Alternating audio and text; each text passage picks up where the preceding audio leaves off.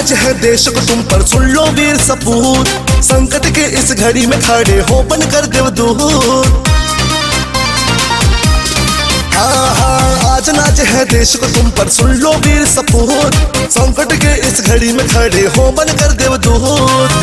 Police प्रशासन शासन बने डॉक्टर भगवान।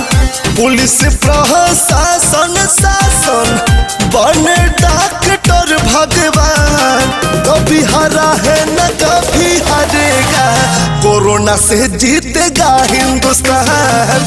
कभी हारा है न कभी हारेगा, कोरोना से जीतेगा हिंदुस्तान।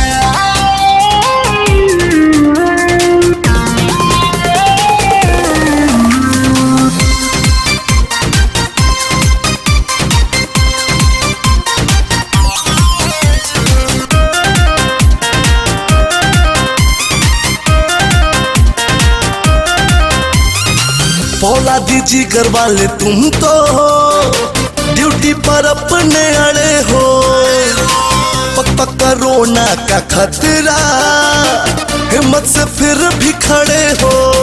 याद घर की तो बड़ी तुम्हें आती होगी, डर मौत की भी बहुत सताती होगी। फिर भी करते सेवा लगन से, जोखिम में डाल करके जान।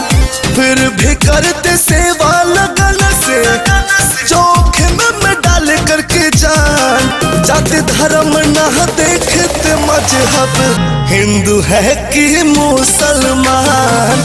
कभी हारा है न कभी हारेगा, कोरोना से जीतेगा हिंदुस्तान।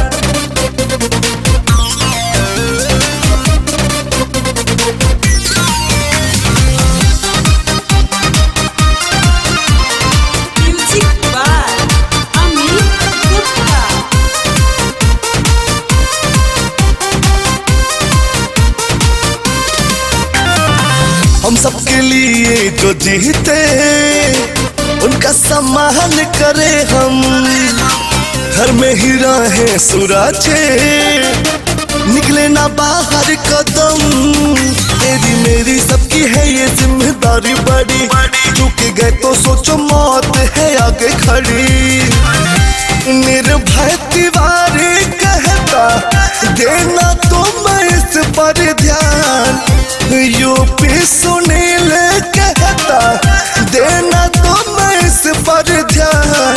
पत्थर नहीं फूल बरसाए, माने हम मिलकर एहसान। कभी हारा है न कभी हारेगा, कोरोना से जीतेगा हिंदुस्तान। आज नाज है देश को तुम पर, सुन लो वीर सपूत। संकट के इस घड़ी में खड़े हो बनकर देवदूत। पुलिस प्रशासन शासन बने डॉक्टर भगवान। पुलिस प्रशासन शासन बने डॉक्टर भगवान। कभी हारा है न कभी हारेगा, कोरोना से जीतेगा हिंदुस्तान। कभी हारा है न कभी हारेगा, कोरोना से जीतेगा हिंदुस्तान।